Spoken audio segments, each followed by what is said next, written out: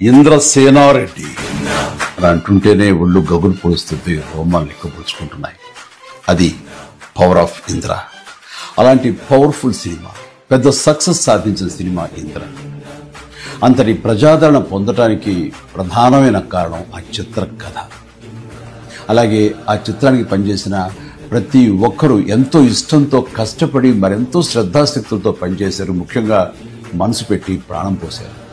కాబట్టి ఇప్పటికీ ఇంద్ర గురించి, ఇంద్ర అందించిన ఘన విజయం గురించి, ఆ చిత్రంలోని ఫ్రేమ్ గురించి మాట్లాడుకుంటూనే ఉన్నాం. ఏ సీన్ నుంచి మనం చూడటం మొదలుపెట్టినా సరే చివరి వరకు చూడందే అక్కడి నుంచి మనం కదలేము. అలా ఉంటుంది ఆ కథలోని పట్టు బిగు. నా చిత్రాల్లో అత్యంత సాంకేతిక విలువలు ఉన్న ఉత్తమ కమర్షియల్ చిత్రం ఇంద్ర. అందులో ఎలాంటి డౌట్ లేదు. కథ, స్క్రీన్ ప్లే, డైలాగులు, ఆర్టిస్టుల పెర్ఫార్మెన్సెస్, అలాగే emotional scenes, background score, songs, fights and what not, everything. And అన్ని పీక్స్లో ఉంటాయి. ఒక మాటలో చెప్పాలంటే కమర్షియల్ చిత్రానికి పర్ఫెక్ట్ నిర్వచనం ఇంద్ర.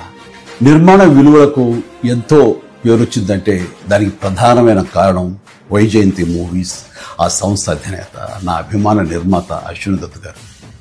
ఆయనతో పాటు కథను అందించిన చిన్ని కృష్ణ, డైలాగులు రాసిన పరుచూరి సోదరులు, అద్భుతమైన మ్యూజిక్ అందించిన స్వరబ్రహ్మ మణిశర్మ, అలాగే డిపిఓ విఎస్ఆర్ స్వామి గారు, ఎడిటర్ చంటి గారు, డ్యాన్స్ అండ్ ఫైట్ మాస్టర్స్, నటీనటుల నటన, లాస్ట్ బట్ నాట్ లీస్ట్ అందరినీ మించి మా మంచి బాలుడు గోపాలుడు, డైరెక్టర్ బి గోపాల్ అత్యద్భుతంగా చెక్కి తెరకెక్కించి ఇంత పెద్ద హిట్ అవడానికి కారణమయ్యాడు.